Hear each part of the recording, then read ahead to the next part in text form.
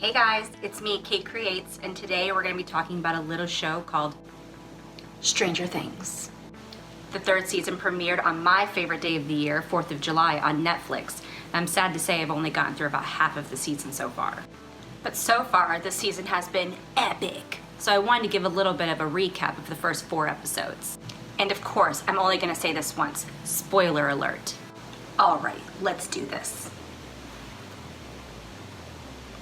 I'm not going to keep that on. It's not going to happen. Alright, so the first episode of season 3 is called Susie, Do You Copy? The season opens up with a bunch of science-y lab coat wearing people running around with some big machinery, and we have no idea what's going on. All of a sudden the machinery just completely fails, and we actually find out that we're not in Hawkins, Indiana. We are actually in the USSR, and all of those people are Russians and Soviets running around doing a bunch of stuff that's just, we have no idea what they're doing. Are they trying to go to the Upside Down? Probably. Once we get back to Hawkins, Indiana, we get to catch up with all of our favorite residents. It seems that everything is going pretty well. Mike and Eleven are dating and making out constantly, grody to the max. And this does not make Sheriff Hopper, Eleven's adoptive father, very happy. So he decides to go to Joyce Byers for some advice, but decides not to use it and instead tells Mike that his grandmother is sick just to get him out of the house away from Eleven, and then intimidates the crap out of him to stay away from his daughter. Way to handle conflict, Sheriff Hopper. Mike and Elle constantly make up lame excuses so they can break away from their friends and go swap spit, which doesn't make everybody in their group very happy. The other couple in the group, Max and Lucas, are still dating, I guess? They don't really seem like boyfriend and girlfriend, but they're together, I guess. But all of these relationships start to really complicate the friend group. When Dustin gets back from his summer at Camp Nowhere, he seems pretty frustrated because all of his friends seem to have forgotten about him and won't answer on their walkie-talkies. Even Dustin has a new girlfriend that he met at Camp Nowhere named Susie, which nobody believes actually exists because she doesn't live in the same state and he can never seem to actually get a hold of her. To prove that his girlfriend's real, Dustin drags all of his friends up to the highest hill in Hawkins to use Cerebro, a homemade advanced ham radio to try to get a hold of her. After he's unsuccessful, every single one of his friends starts to leave him and leaves him up there completely alone. But once he is alone, he starts to hear something a little bit weird. Sounds a bit Russian? Sounds familiar. Some other weird things start happening in Hawkins all of a sudden. Like during a screening of the sci-fi thriller Day of the Dead, which all the kids are watching, Will starts to get that tingling on the back of his neck again. And there's a huge blackout all over Hawkins. And we know when something weird like that happens in Hawkins, it's not just a coincidence. Something crazy is about to happen. And catching up with other characters that we've grown to love, Steve Harrington and his amazing hair is now working at an ice cream parlor called Scoops Ahoy with a girl that he secretly loves named Robin. Nancy and Jonathan are both working at the Hawkins Post. Jonathan's working in the photo department and Nancy is pretty much doing whatever the editors want her to do, but as the intern, Nancy's never listened to. She just fetches coffee. So when she comes to the editors with a story about diseased rats, they don't listen to her. And with the adults, Joyce is still working at the same general store, but hasn't had customers in a really long time because of the Starcourt Mall, a new mall that has come and taken over Hawkins and actually has taken a lot of people's jobs as well. The mall has dragged everyone away. So she has a lot of time to sit there and think about the past couple of years and everything that's happened to Will and then to Bob as well. We remember Bob, how much of a superhero he was. And lastly, how could we not forget about Eye Candy Billy? He's now a lifeguard at the local pool and he is just straight up eye candy for all of the moms. The one that catches his eye the most is Karen, Nancy and Mike Wheeler's mom. They set up a private swim lesson at the local motel, but on his way, he crashes his car and his car is totally wrecked. And then he's dragged by an unseen force into the basement of an abandoned building. And we don't know what's going on. End of episode 1. Episode 2 is called Mallrats. We open up and Billy is alive. Well, he's not quite dead, I guess you could really say. But he has pretty much found what we think is another entrance into the Upside Down. And he sees a bunch of creepy phantom things, and one of them looks exactly like him and tells him to build it. What does that mean? As kind of creepy and a-hole-ish as he is, Billy isn't quite himself though. He has like violent fantasies because Karen, the mom that he was like trying to get it on with, wasn't going to meet him at the hotel. Even if he hadn't have gotten into a car accident, he would have gotten there and not found her there. So when she comes to apologize to him, he has this fantasy of literally just bashing her head into a wall. So he's just not quite himself. And we really see that where he kidnaps the other lifeguard named Heather and brings her to the same warehouse that he was dragged into. And getting back to the other kids, because of the intimidation that Mike feels from Hopper, he actually decides to keep going with the lie that Hopper said about his grandma and lies to Elle, which of course Elle knows when he's lying. I mean, she's a woman, she knows when he's lying. So when they see each other at the mall and when she 100% realizes that he's lying, she says one of the best lines of the entire season so far, "I dump your ass, bitchin'." During all of this breakup drama, a friendship really starts happening though between Max and Elle, and I absolutely love it. They do like an 80s shopping montage. It's absolutely fantastic, and it was my favorite part of the season so far. One reunion we do get to see during this episode that I was so excited about was Steve and Dustin. Wicked. Dustin tells Steve all about the Russian interference he got with his ham radio, and Steve actually commits to helping him trying to translate the Russian to English so they can figure out what's going on. Robin, the other ice cream parlor employee, overhears them and decides to join in, and it makes me so happy because she's actually Uma Thurman and Ethan Hawke's daughter, and it's really cool. Anyways. So by the end of the episode, they have finally translated the Russian, and it's some kind of weird saying or something, and they're trying to figure it out and they have no idea what's going on. But it's really awesome to see these three working together and trying to figure it out and just being like these little sleuths. It's so much fun, and like these little spies. It's great. But yeah, so they've translated everything, and that is just radical. And one of the most interesting parts about it is that they realize that the cryptic message, its origin is actually the Starcourt Mall, where they have been this whole time. During the episode as well, because he feels so great about himself by intimidating Mike and getting them to stop making out and all of that, Hopper decides that he's so confident he's gonna ask Joyce out on a date to one of the most expensive restaurants in Hawkins, but she actually stands him up. Psych! So he sits there getting drunk while she's actually hanging out with the kid's science teacher, figuring out what's going on with all of the magnets from her home and from her store and all of that have all of a sudden become demagnetized, because she knows that if something weird happens in Hawkins, something is going on. Another character that we're introduced to during this episode is Mayor Klein. Because of the Starcourt Mall, a lot of Hawkins residents now do not have work and are now protesting outside Mayor Klein's office.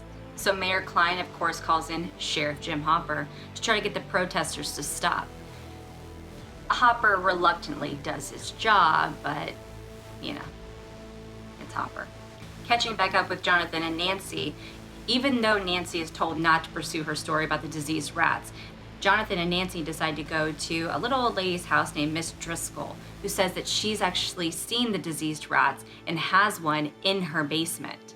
They've been feeding off of fertilizer. Jonathan and Nancy go down there, they see these ripped open fertilizer bags and see this diseased rat just acting crazy. As Jonathan and Nancy walk away to go do something else in the house, the camera lingers on the rat and we see it go crazy, start to boil, and then explode. Nasty. After the little bastard, as Miss Driscoll calls it, explodes, it then turns to goo and slithers away. Gnarly. Episode 3 is called The Case of the Missing Lifeguard. In this episode, things start to get really real, and the audience and the characters start to see some things happening in the inner works of Hawkins and just with other characters that they didn't know before. It seems like Will knew from the very beginning that the Upside Down was not done with Hawkins. After breaking up with Mike, Elle and Max are still just hanging out. And they actually decide to astral project and to go and spy on the boys, where they just see them being gross, questioning girls, farting and burping and stuff. You know, like what boys do, I guess. And after a little while, Max and Elle decide to start astral projecting into other people's lives to see what they're doing. They land on Billy, and even though Max warns her that she might see some weird stuff or like some gross stuff, what Elle does see scares her. What Elle does see is that Billy might be the one responsible for the disappearance of Heather, the lifeguard he works with. So while the girls are being amateur sleuths, the boys are still down in Mike's basement, Lucas, Mike, and Will. And Will is trying everything he possibly can to play a game of D&D with the boys, but the boys just aren't really excited about it. He gets really upset because all of the guys used to just be happy playing D&D before they started dating girls. So Will desperately tries to get them just to play a game like they used to, but unfortunately is shut down. Harsh. Will does an entire speech about how much better it used to be before all of the guys started dating, and storms out of the house when it's raining. Goes to Castle Byers, starts having some flashbacks, and actually takes a baseball bat to Castle Byers, his little hideout. So as the storm is raging on the outside, a storm is raging on him too, where he's just getting really upset and really mad that his friends and everybody are kind of moving on without him. Going back to Joyce and Hopper's storyline, Hopper wakes up after being super drunk the night before from being stood up, not very happy, but Joyce is at his house and wanting for him to go to Hawkins' lab with her, just to try to figure out what's going on with the magnets and what's going on with everything that's happening in Hawkins. So they decide to put their differences aside, sort of, even though Hopper is truly skeptical about all of her magnet talk, and they go to Hawkins' lab, where unfortunately we have some flashbacks of Bob and his demise and all of that too. Hopper shows Joyce that all of the areas where the Upside Down was open have now been completely closed up. But right as Joyce and Hopper are talking and they kind of make up from the fact that she completely stood him up, we see that some Russian Superman is watching them and attacks Hopper when he's alone, completely beats the crap out of him, and then speeds away on his motorcycle as Joyce runs in to try to help him. And we're set to wonder, who is this guy? We don't really know. We've seen him before. He's been in little shots throughout the other 2 episodes, but we still really don't know who this guy is. Back at the Hawkins Post, Nancy is still fighting for everybody to hear her story, including the editor-in-chief, Tom, who just won't hear it. So she decides to go off on her own with Jonathan back to Mrs. Driscoll's house, where once they get into the basement, they actually see Mrs. Driscoll chowing down on some fertilizer, just like the diseased rats. Doesn't sound healthy. Back at the Starcourt Mall, Robin finally cracks the code and figures out that everything that has to do with the code is actually right there at the Starcourt Mall. So weird. Robin, Steve, and Dustin then see the Russian with big guns, and they are protecting something in some kind of a locker or some kind of a room. So they know that something is going on that's not supposed to be going on. They know that there are evil Russians there in Hawkins. The end of the episode find Elle and Max going to Heather's house, the missing lifeguard, and actually finding her there, completely fine, or what seems to be completely fine, having dinner with her dad, Tom, who is the editor-in-chief of the Hawkins Post, Nancy's boss, her mom, and Billy, sitting there just having dinner. And they make it seem like everything is okay. So as soon as Elle and Max leave, things start to get a little bit weird. The mom passes out, and as Tom is trying to help her, the things that are inside Billy and Heather, considering it's not really them, attack Tom with a wine bottle and knock him out. End of episode 3. Episode 4, and the final episode that I've watched so far, is called The Sauna Test. It seems that everybody is already a little bit on edge when it comes to things that are going on with Hawkins.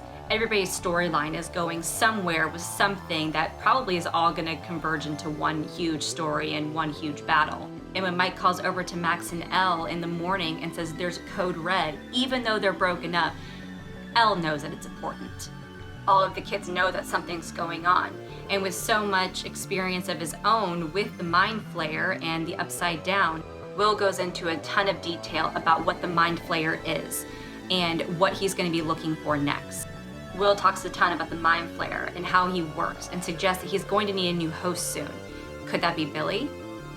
Will talks about how the Mind Flayer just needs a host and how he'll just kind of hang out inside of that host until something is needed. They come up with a plan to see if Billy could possibly be that new host, but we'll get to that in a second.